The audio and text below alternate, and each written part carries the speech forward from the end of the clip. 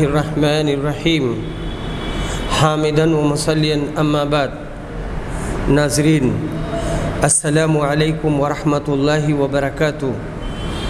باب اذا اسلمت المشرکۃ او النصرانیۃ تحت الذمی او الحربی۔ اس بیان میں کہ جب مشرک یا نصرانی عورت جو معاہد مشرک یا حربی مشرک کے نکاح میں ہو اسلام لے آئے۔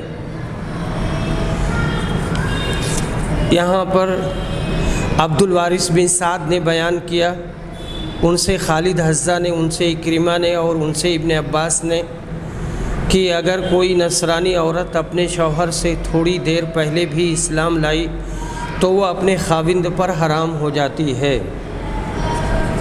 اور داؤد نے بیان کیا کہ ان سے ابراہیم سائغ نے کہ عطا سے ایسی عورت کے متعلق پوچھا گیا جو ذمی قوم سے تعلق رکھتی ہو اور اسلام قبول کر لے، پھر اس کے بعد اس کا شوہر بھی اس کی عدت کے زمانہ ہی میں اسلام لے آئے تو کیا وہ اس کی بیوی سمجھی جائے گی؟ فرمایا نہیں، البتہ اگر وہ نیا نکاح کرنا چاہے نئے مہر کے ساتھ تو کر سکتا ہے۔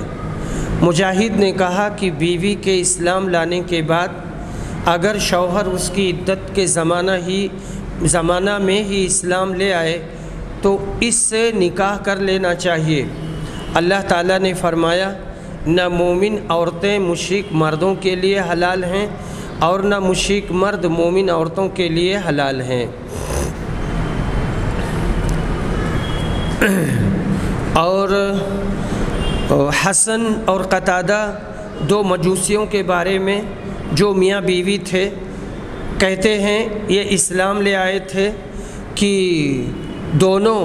وہ دونوں اپنے نکاح پر باقی ہیں، اور اگر ان میں سے کوئی اپنے ساتھی سے اسلام میں سبقت کر جائے اور دوسرا انکار کر دے تو عورت اپنے شوہر سے جدا ہو جاتی ہے اور شوہر اسے حاصل نہیں کر سکتا سوائے نکاح جدید کے۔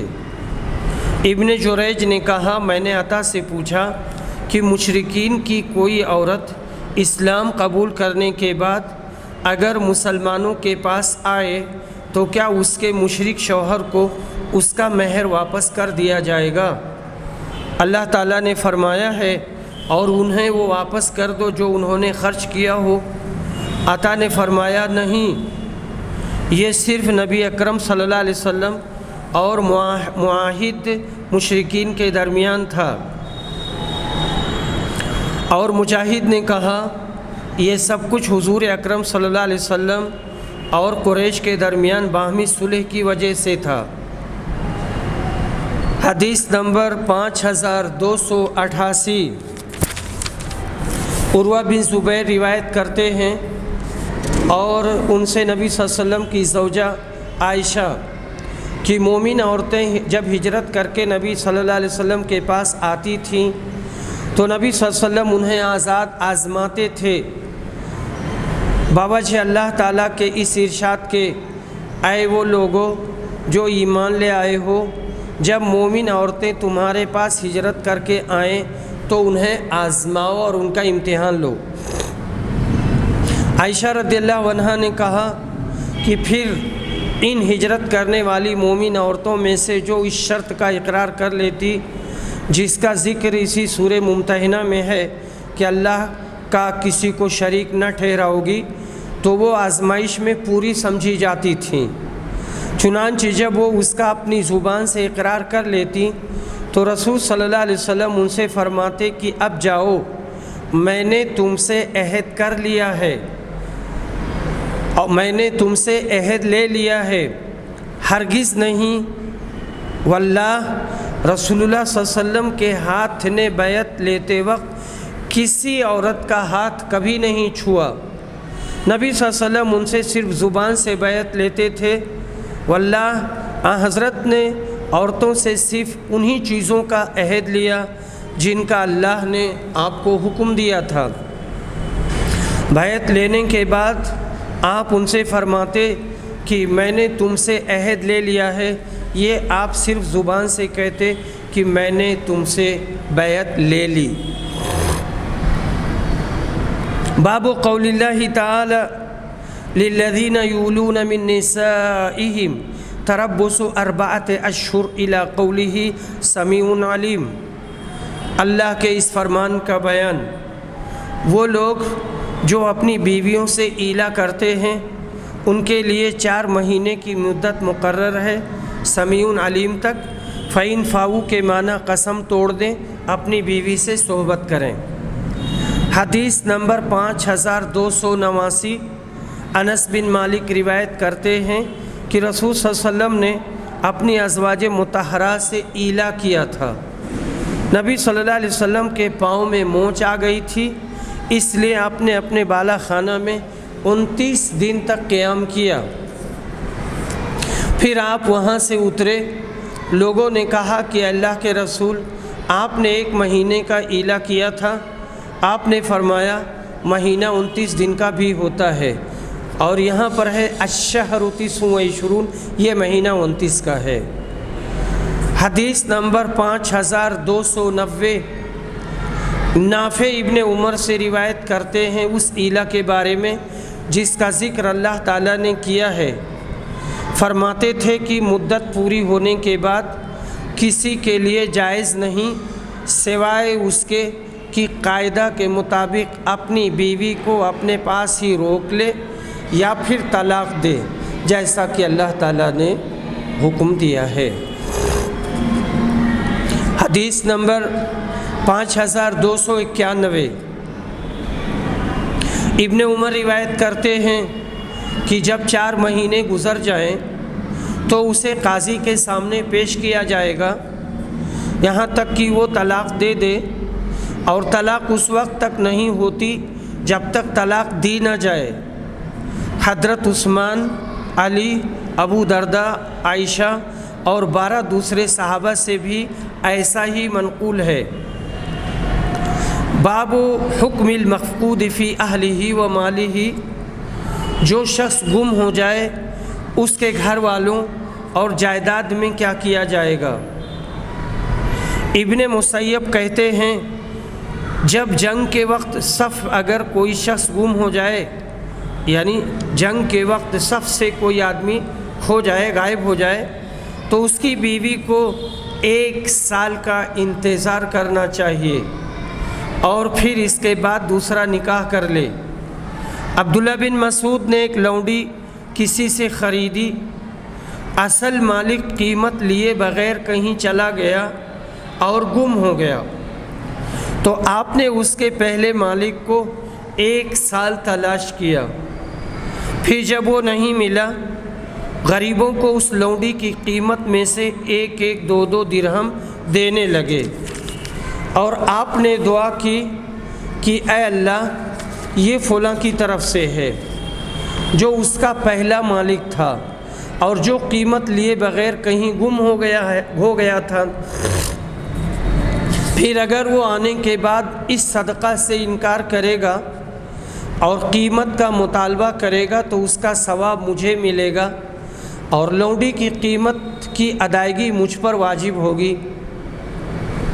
ابن مسعود نے کہا اسی طرح تم لقطہ کے ساتھ کیا کرو۔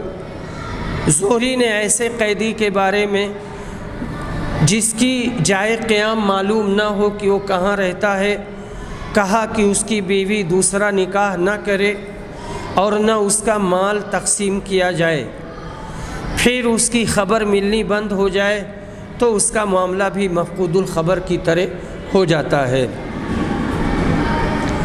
حدیث نمبر 5292، یحییٰ بن سعید روایت کرتے ہیں ممبئیس کے مولا یزید نے کہ نبی صلی اللہ علیہ وسلم سے کھوئی ہوئی بکری کے متعلق سوال کیا گیا، یعنی یہاں روایت اس طرح سے ہے کہ یحییٰ بن سعید یزید سے روایت کرتے ہیں جو ممبئیس کے مولا ہیں، کھوئی ہوئی بکری کے سلسلے میں آپ نے کہا اسے پکڑ لو، کیونکہ یا تو وہ تمہاری ہوگی اگر 1 سال تک اعلان کے بعد اس کا مالک نہ ملا، یا تمہارے کسی بھائی کی ہوگی، یا پھر بھیڑیے کی ہوگی، بھیڑیا پائے گا کھا لے گا، اگر یہ انہی جنگلوں میں پھرتی رہی اور نبی صلی اللہ علیہ وسلم کھوئے ہوئے اونٹ نبی صلی اللہ علیہ وسلم سے کھوئے ہوئے اونٹ کے متعلق سوال کیا گیا تو آپ غصہ ہو گئے اور غصے کی وجہ سے آپ کے دونوں رخسار لال ہو گئے اور کہا تمہیں اس سے کیا غرض، تمہیں اس سے کیا لینا دینا، اس کے پاس مضبوط کھر ہیں جس کی وجہ سے چلنے میں اسے کوئی دشواری نہیں ہوگی، اس کے پاس مشکیزہ ہے جس سے وہ پانی پیتا رہے گا، یہاں مشکیزہ سے مراد پیٹ ہے، اور درخت کے پتے کھاتا رہے گا یہاں تک کہ اس کا مالک اسے پالے گا۔ اور نبی صلی اللہ علیہ وسلم سے لقطہ کے متعلق سوال کیا گیا تو آپ نے فرمایا اس کی رسی کا جس سے وہ بندھا ہو اور اس کے ظرف کا جس میں وہ رکھا ہو اعلان کرو، اور اس کا 1 سال تک اعلان کرو، پھر اگر کوئی ایسا شخص آ جائے جو اسے پہچانتا ہو اور اس کا مالک ہو تو اسے دے دو، ورنہ اسے اپنے مال کے ساتھ ملا لو۔ سفیان بن عیینہ نے کہا کہ پھر میں ربیہ بن عبد الرحمن سے ملا اور مجھے ان سے اس کے سوا اور کوئی چیز محفوظ نہیں ہے۔ میں نے ان سے پوچھا تھا کہ گمشدہ چیزوں کے بارے میں منبعث کے مولا یزید کی حدیث کے بارے میں آپ کا کیا خیال ہے، کیا وہ زید بن خالد سے منقول ہے؟ تو انہوں نے کہا کہ ہاں۔ یحییٰ نے بیان کیا کہ ربیہ نے منبعث کے مولا یزید سے بیان کیا، ان سے زید بن خالد نے، سفیان نے بیان کیا کہ پھر میں نے ربیہ سے ملاقات کی اور ان سے اس کے متعلق پوچھا، یعنی اونٹ کے پکڑنے کی کیا ضرورت ہے، اس کو کھانے پینے چلنے میں کسی کی مدد اور حفاظت کی ضرورت ہے، نہ بھیڑیے کا ڈر ہے۔ اس حدیث کی مناسبت ترجمہ باب سے مشکل ہے۔ بعض نے کہا اس حدیث سے یہ نکلا کہ دوسرے کے مال میں تصرف کرنا اس وقت تک جائز نہیں جب تک اس کے ضائع ہونے کا ڈر نہ ہو، پس اس طرح مفقود کی عورت میں بھی تصرف کرنا جائز نہیں جب تک اس کے خاوند کی موت متحقق نہ ہو۔ میں کہتا ہوں، یہاں میں سے مراد مولانا وحید الزماں صاحب، یہ قیاس صحیح نہیں ہے، اور حضرت عمر، حضرت عثمان، ابن عمر، ابن عباس، ابن مسعود اور متعدد صحابہ سے باسانید صحابہ صحیحہ مروی ہے۔ ان کو سعید بن منصور اور عبد الرزاق نے روایت کیا ہے کہ مفقود کی عورت 4 برس تک انتظار کرے گی، اگر اس عرصہ تک اس کی خبر نہ معلوم ہو تو اس کی عورت دوسرا نکاح کر لے۔ اور ایک جماعت تابعین جیسے ابراہیم نخعی، عطا، زہری، مقول اور شعبی اسی کے قائل ہیں، اور امام احمد اور اسحاق نے کہا اس کے لیے کوئی مدت مقرر نہیں، مدت اس کے واسطے ہے جو لڑائی میں گم ہو یا دریا میں۔ اور حنفیہ اور شافعیہ نے کہا مفقود کی عورت اس وقت تک نکاح نہ کرے جب تک کہ خاوند کا زندہ یا مردہ ہونا ظاہر نہ ہو، اور حنفیہ نے اس کی تقدیر 90 برس یا 100 برس یا 120 برس کی بتائی ہے، یعنی 90 برس تک انتظار کرے یا 100 سال تک یا 120 سال تک۔ اور دلیل لی ہے اس مرفوع حدیث سے کہ مفقود کی عورت اسی کی عورت ہے یہاں تک کہ حال کھلے۔ ابو عبیدہ نے علی سے اور عبد الرزاق نے ابن مسعود سے ایسا ہی نقل کیا ہے، مگر مرفوع حدیث ضعیف اور صحیح اس کا وقف ہے۔ اور ابن مسعود سے دوسری روایت میں 4 برس کی مدت منقول ہے، اور علی کی روایت بھی ضعیف ہے، تو صحیح وہی 4 سال کی مدت ہوئی۔ اور اگر عورت کو حنفیہ، شافعیہ یا حنابلہ کے مذہب کے موافق ادھر رکھا جائے تو اس میں صریح ضرر پہنچانا ہے، پس قاضی مفقود کی عورت کا نکاح فسخ کر سکتا ہے جب دیکھے کہ عورت کو تکلیف ہے یا اس کو نان نفقہ دینے والا کوئی نہیں، اور حنفیہ اور شافعیہ اور حنابلہ کے مذہب کے موافق تو شاید ہی دنیا میں کوئی عورت نکلے جو ساری عمر بن شوہر کے عصمت کے ساتھ بیٹھی رہے۔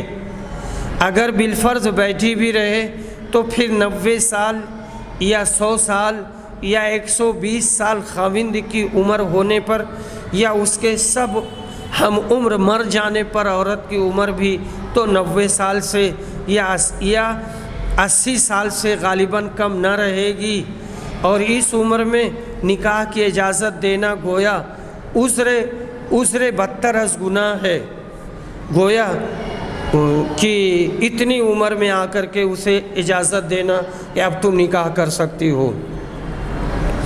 ہماری شریعت میں نان نفقہ نہ دینے یا نامردی کی وجہ سے جب نکاح کا فسخ جائز ہے تو مفقود بھی بطریق اولا جائز ہونا چاہیے۔ اور تعجب یہ ہے کہ حنفیہ ایلا میں یعنی 4 مہینے تک عورت کے پاس نہ جانے کی قسم میں تو یہ حکم دیتے ہیں کہ 4 مہینے گزرنے پر اس عورت کو ایک طلاق بائن پڑ جاتی ہے، اور یہاں اس بیچاری عورت کی ساری جوانی برباد ہونے پر بھی ان کو رحم نہیں آتا۔ فرماتے ہیں کہ موت اقران کے بعد دوسرا نکاح کر سکتی ہے، یعنی موت اقران جو ان کے زمانے کی ہیں۔ کیا خوب انصاف ہے۔ اب اگر عورت دوسرا نکاح کر لے، اس کے بعد پہلے خاوند کا حال معلوم ہو کہ وہ زندہ ہے تو وہ پہلے ہی خاوند کی عورت ہوگی، اور شابی نے کہا دوسرے خاوند سے قاضی اس کو جدا کر دے گا، وہ عدت پوری کر کے پھر پہلے خاوند کے پاس رہے۔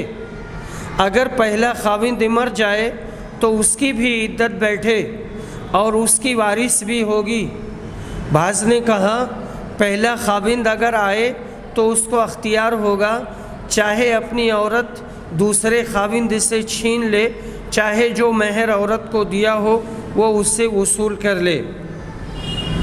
میں کہتا ہوں یعنی مولانا وحید الزماں، اگر مفقود نے بلا عذر اپنا احوال مخفی رکھا تھا اور عورت کے لیے نان و نفقہ کا انتظام نہیں کر کے گیا تھا، نہ کچھ جائیداد چھوڑ کر گیا تھا، تو قیاس یہ ہے کہ وہ اپنی زوجہ کو دوسرے خاوند سے نہیں پھیر سکتا، اور اگر عذر معقول ثابت ہو جس کی وجہ سے خبر نہ بھیج سکا اور وہ اپنی زوجہ کے لیے نان و نفقہ کی جائیداد چھوڑ گیا تھا یا بندوبست کر گیا تھا، تب اس کو اختیار ہونا چاہیے، خواہ عورت پھیر لے خواہ مہر جو دیا ہو وہ دوسرے خاوند سے لے لے۔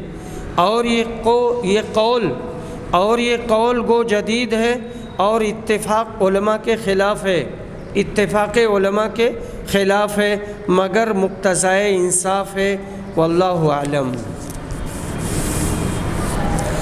باب الزہار وقول اللہ تعالی، زہار کا بیان اور اللہ کے اس فرمان کی تفصیل۔ اللہ نے اس عورت کی بات سن لی جو آپ سے اپنے شوہر کے بارے میں بحث کرتی تھی، فَمَن لَّمْ يَسْتَطِعْ فَإِطْعَامُ 60 مسکینہ تک، اور مجھ سے اسماعیل نے بیان کیا، کہا مجھ سے امام مالک نے بیان کیا کہ ابن شہاب نے سے کسی نے یہ مسئلہ پوچھا تو انہوں نے بتلایا کہ اس کا زہار بھی آزاد کے زہار کی طرح ہوگا۔ امام مالک نے کہا غلام 2 مہینے کے روزے رکھے گا۔ حسن بن حر نے کہا آزاد مرد یا غلام کا زہار آزاد عورت یا لونڈی سے یکساں ہے۔ اکرمہ نے کہا اگر کوئی شخص اپنی لونڈی سے زہار کرے تو اس کی کوئی حیثیت نہیں ہوتی۔ زہار اپنی بیوی سے ہوتا ہے، اور عربی زبان میں لام فی کے معنوں میں آتا ہے، تو یعودون لما قالوا کا یہ معنی ہوگا پھر اس عورت کو رکھنا چاہیں اور زہر کے کلمہ کو باطل کرنا، اور یہ ترجمہ اس سے بہتر ہے، کیونکہ زہر کو اللہ نے بری بات اور جھوٹ فرمایا ہے، اس کو دہرانے کے لیے کیسے کہے گا۔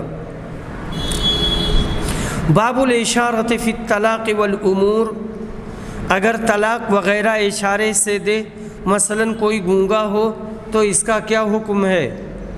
ابن عمر کہتے ہیں کہ نبی صلی اللہ علیہ وسلم نے فرمایا وَلَا يُعَذِّبُ اللَّهُ بِدَمِ الْعَيْنِ وَلَكِنْ يُعَذِّبُ بِهَذَا، نبی صلی اللہ علیہ وسلم نے فرمایا اللہ تعالیٰ آنکھ کے آنسو پر عذاب نہیں دے گا، لیکن اس پر عذاب دے گا۔ اس وقت آپ نے زبان کی طرف اشارہ کیا کہ نوحہ عذاب الہی کا سبب ہے، اور کعب بن مالک نے کہا کہ نبی صلی اللہ علیہ وسلم ایک قرض کے سلسلہ میں جو میرا ایک صاحب پر تھا، ایک آدمی پر، میری طرف اشارہ کیا کہ آدھا لے لو اور آدھا چھوڑ دو۔ اسماء نے بیان کیا کہ نبی صلی اللہ علیہ وسلم کسوف کی نماز پڑھ رہے تھے، میں پہنچی اور عائشہ سے پوچھا کہ کیا کر رہے ہیں؟ عائشہ بھی نماز پڑھ رہی تھیں، اس لیے انہوں نے اپنے سر سے سورج کی طرف اشارہ کیا کہ یہ سورج گرہن کی نماز ہے۔ میں نے کہا کیا یہ کوئی نشانی ہے؟ انہوں نے اپنے سر کے اشارہ سے بتایا کہ ہاں، اور انس نے بیان کیا کہ نبی صلی اللہ علیہ وسلم نے اپنے ہاتھ سے ابو بکر کو اشارہ کیا کہ آگے بڑھیں۔ ابن عباس نے کہا، بیان کیا کہ نبی صلی اللہ علیہ وسلم اپنے ہاتھ سے اشارہ کیا کہ کوئی حرج نہیں۔ ابو قتادہ نے بیان کیا کہ نبی صلی اللہ علیہ وسلم نے محرم کے شکار کے سلسلے میں دریافت فرمایا، کیا تم میں سے کسی نے شکاری کو شکار مارنے کے لیے کہا تھا یا اس کی طرف اشارہ کیا تھا؟ صحابہ نے عرض کیا نہیں۔ تب نبی صلی اللہ علیہ وسلم نے فرمایا پھر اس کا گوشت کھاؤ، یہ تمہارے لیے حلال ہے۔ حدیث نمبر 5293، ابن عباس روایت کرتے ہیں کہ رسول صلی اللہ علیہ وسلم نے بیت اللہ کا طواف اپنے اونٹ پر سوار ہو کر کیا، اور نبی صلی اللہ علیہ وسلم جب بھی رکن کے پاس آتے تو اس کی طرف اشارہ کر کے تکبیر کہتے۔ اور زینب بنت جہش نے بیان کیا کہ نبی اکرم نے فرمایا یاجوج ماجوج کی دیوار میں اتنا سوراخ ہو گیا ہے، اور آپ نے اپنی انگلیوں سے 90 کا عدد بنایا۔ یاجوج و ماجوج یہ دونوں الگ الگ ہیں، ایک ہے یاجوج اور ایک ہے ماجوج۔ حدیث نمبر 5294، ابو ہریرہ روایت کرتے ہیں کہ نبی صلی اللہ علیہ وسلم نے فرمایا جمعہ میں ایک ایسی گھڑی آتی ہے جو مسلمان بھی اس وقت کھڑا نماز پڑھے اور اللہ سے کوئی خیر مانگے تو اللہ اسے ضرور دے گا۔ حضرت صلی اللہ علیہ وسلم نے اس ساعت کی وضاحت کرتے ہوئے اپنے دست مبارک سے اشارہ کیا اور اپنی انگلیوں کو درمیانی انگلی اور چھوٹی انگلی کے بیچ میں رکھا، جس سے ہم نے سمجھا کہ آپ اس ساعت کو بہت مختصر ہونے کے بارے میں بتا رہے ہیں کہ وہ وقت بہت تھوڑا سا ہے۔ حدیث نمبر 5295، انس بن مالک روایت کرتے ہیں کہ رسول صلی اللہ علیہ وسلم کے زمانے میں ایک یہودی نے ایک لڑکی پر ظلم کیا، اس کے چاندی کے زیورات جو پہنے ہوئے تھی چھین لیا اور اس کا سر کچل دیا۔ لڑکی کے گھر والے اسے رسول صلی اللہ علیہ وسلم کے پاس لائے تو اس کی زندگی کی بس آخری گھڑیاں باقی تھیں اور وہ بول نہیں سکتی تھی۔ رسول اللہ صلی اللہ علیہ وسلم نے اس سے پوچھا تمہیں کس نے مارا ہے؟ فلاں نے۔ نبی کریم نے اس واقعہ سے غیر متعلق آدمی کا نام لیا، اس لیے اس نے اپنے سر کے اشارہ سے کہا نہیں۔ بیان کیا کہ پھر نبی صلی اللہ علیہ وسلم نے ایک دوسرے شخص کا نام لیا، اور وہ بھی اس واقعہ سے غیر متعلق تھا، تو لڑکی نے سر کے اشارہ سے کہا نہیں۔ پھر رسول صلی اللہ علیہ وسلم نے دریافت فرمایا فلاں نے تمہیں مارا ہے؟ تو اس لڑکی نے سر کے اشارہ سے کہا ہاں۔ متفق علیہ۔ اس حدیث میں بھی کچھ اشارات کو قابل استناد جانا گیا، یہی وجہ مطابقت ہے۔ جس طرح اس شقی نے اس معصوم لڑکی کو بے دردی سے مارا تھا، اسی طرح اس سے قصاص بھی لیا گیا۔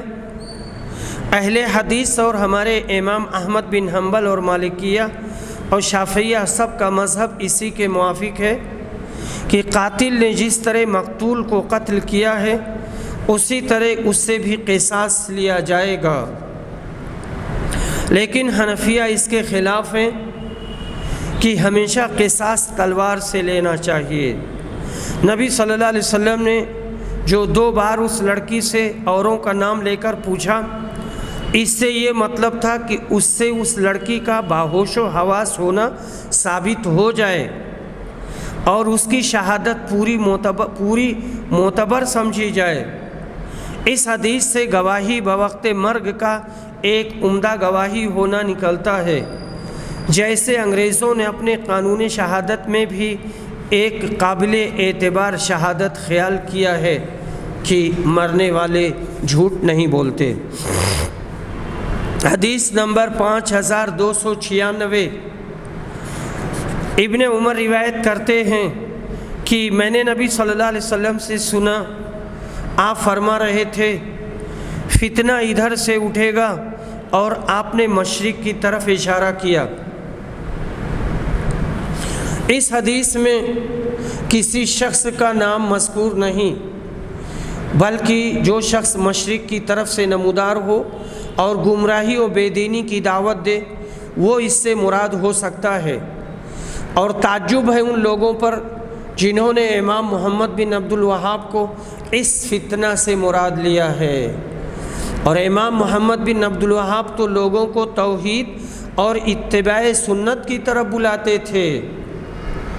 انہوں نے اہل مکہ کو جو رسالہ لکھ کر بھیجا ہے اس میں صاف یہ مرقوم ہے کہ قرآن اور صحیح حدیث اور ہمارے اور تمہارے درمیان حکم ہے، اس پر عمل کرو۔ البتہ ممالک مشرقی میں سید احمد خان اور مرزا غلام احمد قادیانی اس حدیث کے مصداق ہو سکتے ہیں۔ ہمارے استاد مولانا بشیر الدین صاحب قنوجی محدث فرماتے تھے کہ مشرق سے مراد بدایوں کا قصبہ ہے، وہیں سے فضل رسول ظاہر ہوا جس نے دنیا میں بہت سی بدعتیں پھیلائیں اور اہل حدیث اور اہل توحید کو کافر قرار دیا۔ حدیث نمبر 5297۔ عبداللہ بن ابی اوفا روایت کرتے ہیں کہ ہم رسول صلی اللہ علیہ وسلم کے ساتھ ایک سفر میں تھے۔ جب سورج ڈوب گیا تو نبی صلی اللہ علیہ وسلم نے ایک صحابی سے کہا، وہ صحابی حضرت بلال تھے، اتر کر میرے لیے ستو گھولو، اترو اور ستو گھولو، کیونکہ آپ روزے سے تھے۔ انہوں نے کہا اللہ کے رسول اگر آپ اندھیرا ہو جانے دیں تو بہتر ہے۔ نبی صلی اللہ علیہ وسلم نے فرمایا اتر اور ستو گھول۔ انہوں نے کہا اللہ کے رسول آپ اندھیرا ہو لینے دیں، ابھی دن باقی ہے۔ پھر نبی صلی اللہ علیہ وسلم نے کہا اترو اور ستو گھولو۔ آخر تیسری مرتبہ کہنے پر انہوں نے اتر کر نبی صلی اللہ علیہ وسلم کے لیے ستو گھولا۔ حضرت نے فرمایا اسے پیا۔ پھر آپ نے اپنے ہاتھ سے مشرق کی طرف اشارہ کیا اور فرمایا جب تم دیکھو کہ رات ادھر سے آ رہی ہے تو روزہ دار کو افطار کر لینا چاہیے۔ حدیث نمبر 5298۔ عبداللہ بن مسعود روایت کرتے ہیں کہ رسول صلی اللہ علیہ وسلم نے فرمایا تم میں سے کسی کو سحری کھانے سے بلال کی اذان نہ روکے، یا آپ نے ایسے کہا بلال کی اذان۔ بلال اذان دیتے ہیں تاکہ اس وقت نماز پڑھنے والا رک جائے۔ اس کے اعلان سے مقصود نہیں ہوتا کہ صبح صادق ہو گئی۔ اس وقت یزید بن زریع نے اپنے دونوں ہاتھ بلند کیے صبح کاذب کی صورت بتانے کے لیے، پھر ایک ہاتھ کو دوسرے پر پھیلایا صبح صادق کی صورت کے اظہار کے لیے، ایسے کر کے ایسے پھیلا کے بتایا کہ یہ صبح صادق ہے، اور ایسے یہ جو ہے وہ اسے ذنب السرحان کہا جاتا ہے، بھیڑیے کی دم، وہ صبح کاذب ہے۔ حدیث نمبر 5299، ابو ہریرہ روایت کرتے ہیں کہ رسول صلی اللہ علیہ وسلم نے فرمایا، بخیل اور سخی کی مثال دو آدمیوں جیسی ہے جن پر لوہے کی دو زرہیں ہیں، سینے سے گردن تک پھیلی ہوئی ہیں۔ سخی جب بھی کوئی چیز خرچ کرتا ہے تو زرہ اس کے چمڑے پر ڈھیلی ہو جاتی ہے اور اس کے پاؤں کی انگلیوں تک پہنچ جاتی ہے اور پھیل کر اتنی بڑھ جاتی ہے کہ اس کے نشان قدم کو مٹاتی چلتی ہے، یعنی زمین پر گھسٹنے لگتی ہے۔ لیکن بخیل جب بھی خرچ کا ارادہ کرتا ہے تو اس کی زرہ کا ہر حلقہ اپنی اپنی جگہ چمٹ جاتا ہے۔ وہ اسے ڈھیلا کرنا چاہتا ہے لیکن وہ ڈھیلا نہیں ہوتا۔ اس وقت آپ نے اپنی انگلی سے اپنے حلق کی طرف اشارہ کیا۔ باب اللعان، لعان کا بیان۔ اور اللہ تعالیٰ نے سورہ نور میں فرمایا ہے، اور جو لوگ اپنی بیویوں پر تہمت لگاتے ہیں اور ان کے پاس ان کی ذات کے سوا کوئی گواہ نہ ہو، صادقین تک، اگر گونگا اپنی بیوی پر لکھ کر اشارے سے یا کسی مخصوص اشارے سے تہمت لگائے تو اس کی حیثیت بولنے والے کی سی ہوگی، کیونکہ نبی صلی اللہ علیہ وسلم نے فرائض میں اشارہ کو جائز قرار دیا ہے، اور یہی بعض اہل حجاز اور بعض دوسرے اہل علم کا فتویٰ ہے۔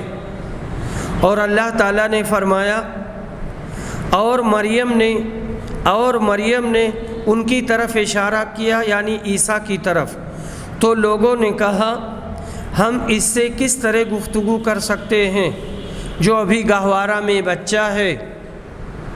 اور ضحاک نے کہا کہ الا رمزہ بے معنی الاشارہ ہے۔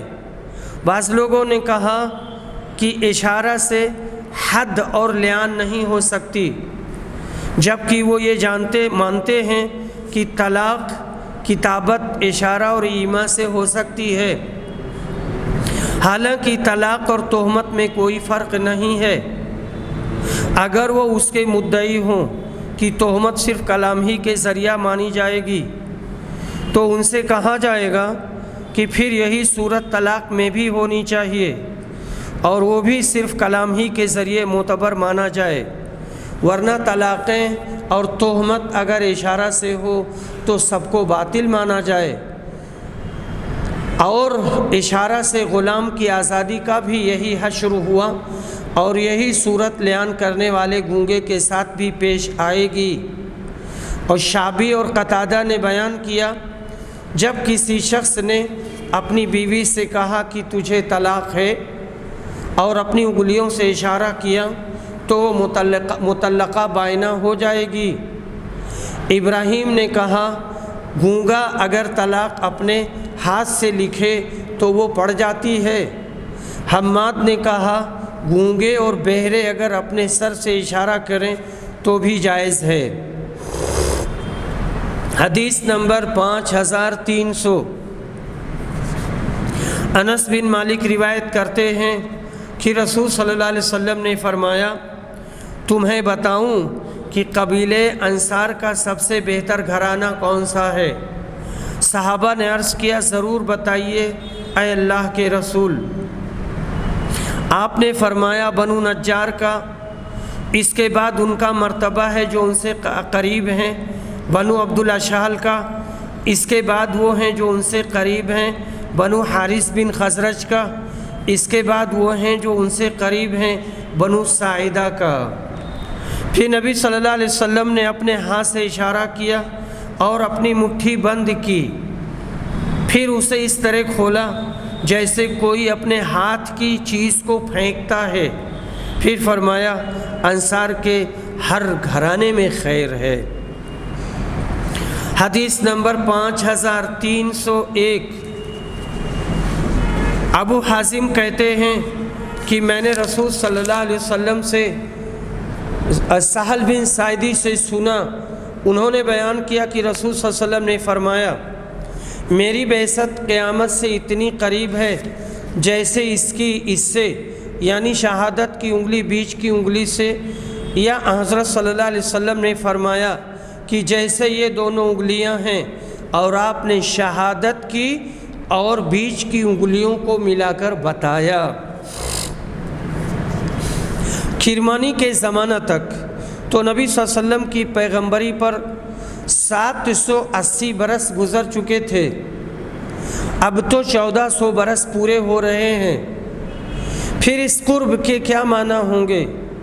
اس کا جواب یہ ہے کہ یہ قریب بنسبت اس زمانہ کے ہے جو آدم علیہ السلام کے وقت سے لے کر نبی اکرم کی نبوت تک گزرا تھا، وہ تو ہزاروں برس کا زمانہ تھا۔ یا قرب سے یہ مقصود تھا کہ مجھ میں اور قیامت کے بیچ میں اب کوئی نیا پیغمبر صاحب شریعت آنے والا نہیں ہے، اور عیسیٰ علیہ السلام جو قیامت کے قریب دنیا میں پھر تشریف لائیں گے تو ان کی کوئی نئی شریعت نہیں ہوگی، بلکہ وہ شریعت محمدی پر چلیں گے۔ پس مرزائیوں کا آمد عیسیٰ علیہ السلام سے ختم نبوت اور معرضہ پیش کرنا بالکل غلط ہے۔ حدیث نمبر 5302۔ ابن عمر کہتے ہیں کہ نبی صلی اللہ علیہ وسلم نے فرمایا مہینہ اتنے اور اتنے دنوں کا ہوتا ہے، آپ کی مراد 30 دن تھی، پھر فرمایا اور اتنے اور اتنے اور اتنے دنوں کا بھی ہوتا ہے، آپ کا اس اشارہ 29 کی طرف تھا۔ ایک مرتبہ آپ نے 30 کی طرف اشارہ کیا اور دوسری مرتبہ 29 کی طرف۔ حدیث نمبر 5303۔ ابو مسعود بیان کرتے ہیں کہ رسول صلی اللہ علیہ وسلم نے اپنے ہاتھ سے یمن کی طرف اشارہ کر کے فرمایا برکتیں ادھر ہیں، 2 مرتبہ، ہاں، اور سختی اور قساوت قلب ان کی کرخت آوازوں والوں میں ہے، جہاں سے شیطان کی دونوں سینگیں طلوع ہوتی ہیں، یعنی ربیہ اور مضر، اور یعنی جہاں سے شیطان کی جماعت نکلتی ہے۔ حدیث نمبر 5304۔ سہل روایت کرتے ہیں کہ رسول صلی اللہ علیہ وسلم نے فرمایا میں اور یتیم کی پرورش کرنے والا جنت میں اس طرح ہوں گے، اور آپ نے شہادت کی انگلی اور بیچ کی انگلی سے اشارہ کیا اور ان دونوں انگلیوں کے درمیان تھوڑی سی جگہ کھلی رکھی۔ باب اذا عرض بنفی الولد، جب اشاروں سے اپنی بیوی کے بچے کا انکار کرے اور صاف نہ کہہ سکے کہ یہ میرا لڑکا نہیں ہے تو اس کا کیا حکم ہے؟ حدیث نمبر 5305۔ ابو ہریرہ روایت کرتے ہیں کہ ایک صحابی نبی صلی اللہ علیہ وسلم کی خدمت میں حاضر ہوئے اور کہا اے اللہ کے رسول، میرے یہاں تو کالا کلوٹا بچہ پیدا ہوا ہے۔ اس پر نبی صلی اللہ علیہ وسلم نے فرمایا تمہارے پاس کچھ اونٹ بھی ہیں؟ انہوں نے کہا جی ہاں۔ آپ نے پوچھا ان کے رنگ کیسے ہیں؟ انہوں نے کہا سرخ رنگ کے ہیں۔ آپ نے پوچھا ان میں کوئی سیاہی مائل سفید اونٹ بھی ہے؟ انہوں نے کہا جی ہاں۔ آپ نے فرمایا پھر یہ کہاں سے آ گیا؟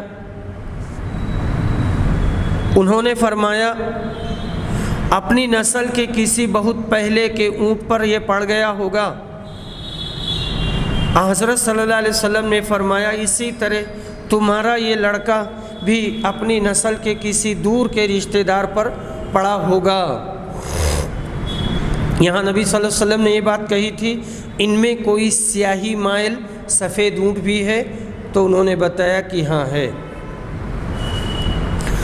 باب و احلاف الملائن، لعان کرنے والے کو قسم کھلانا۔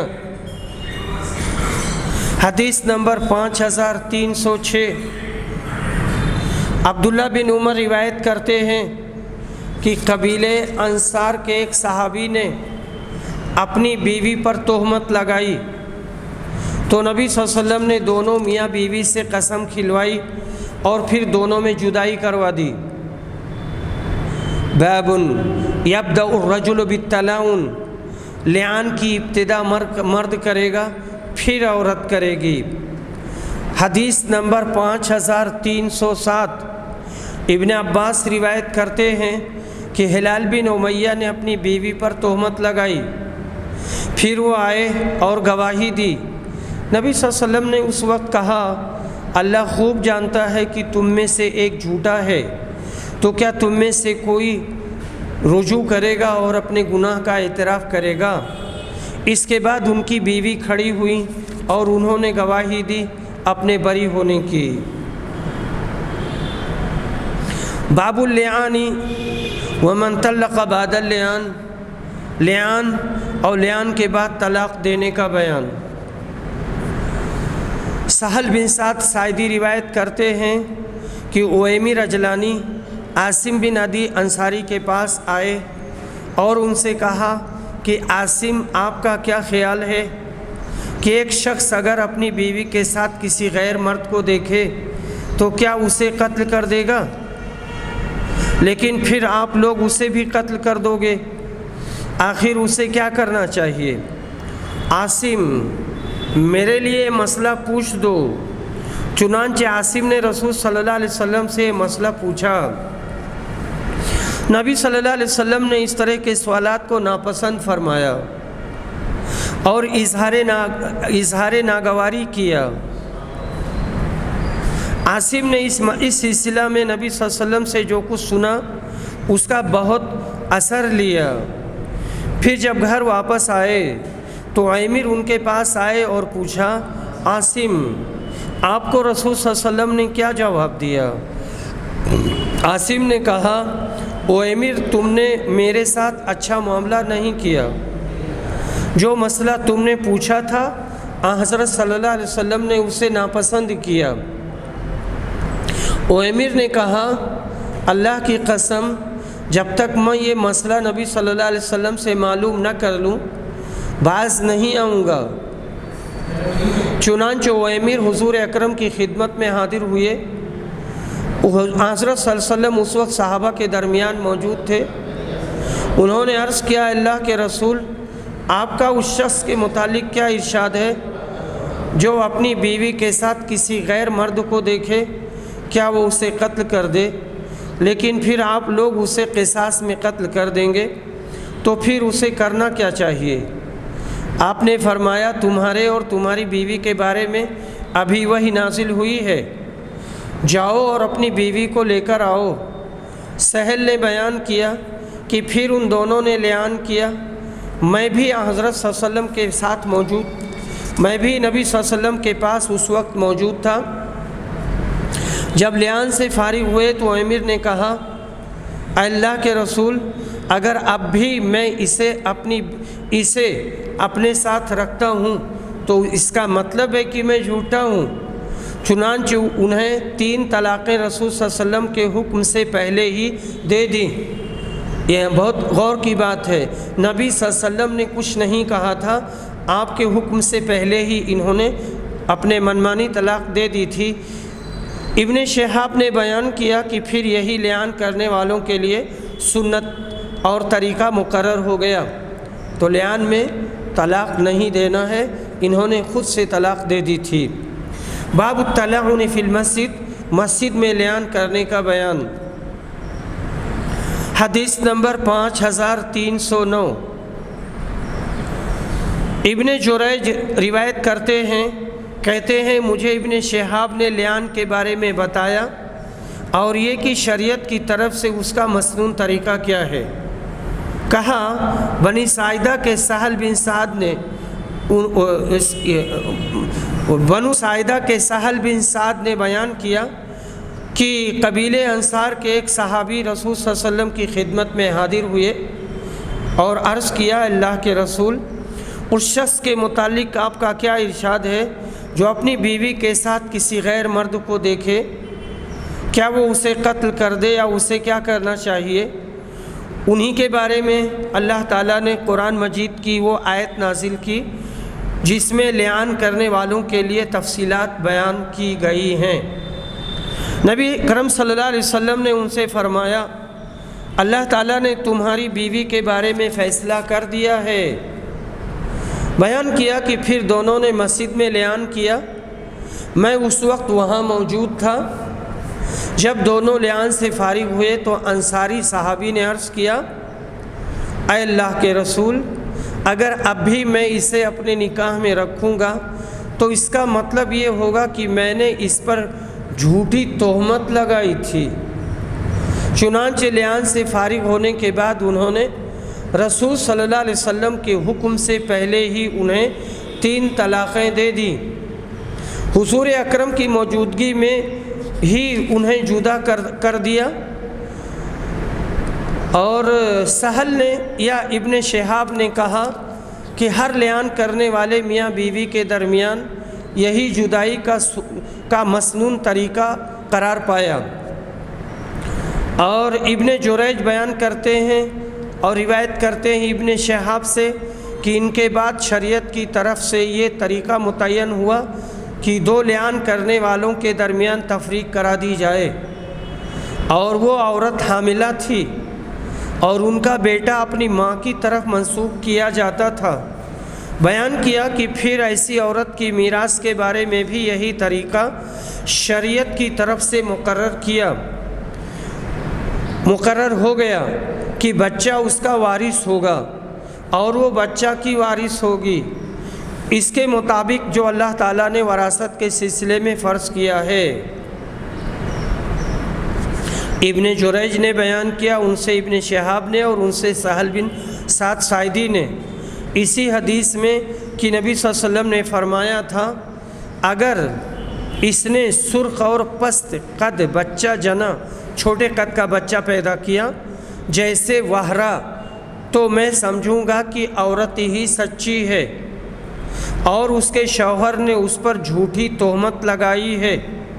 لیکن اگر کالا، بڑی آنکھوں والا اور بڑے سرینوں والا بچہ جنا تو میں سمجھوں گا کہ شوہر نے اس کے متعلق سچ کہا تھا۔ جب بچہ پیدا ہوا تو بری شکل کا تھا، یعنی اس مرد کی صورت پر جس سے وہ بدنام ہوئی تھی۔ اس حدیث سے علم قیافہ کا معتبر ہونا پایا جاتا ہے، مگر ہم کہتے ہیں کہ نبی صلی اللہ علیہ وسلم کو الہام غیبی علم قیافہ کی وہ بات بتلائی جاتی جو حقیقت میں سچ ہوتی۔ دوسرے لوگ اس علم کی روح سے قطعاً کوئی حکم نہیں دے سکتے۔ امام شافعی نے بھی علم قیافہ کو معتبر کہا ہے، پھر بھی یہ علم یقینی نہیں بلکہ ظنی ہے۔ وہرا چھپکلی کے مانند ایک زہریلا جانور، پستہ قد عورت یا اونٹ کی تشبیہ اس سے دیتے ہیں۔ وآخر دعوانا الحمد للہ رب العالمین۔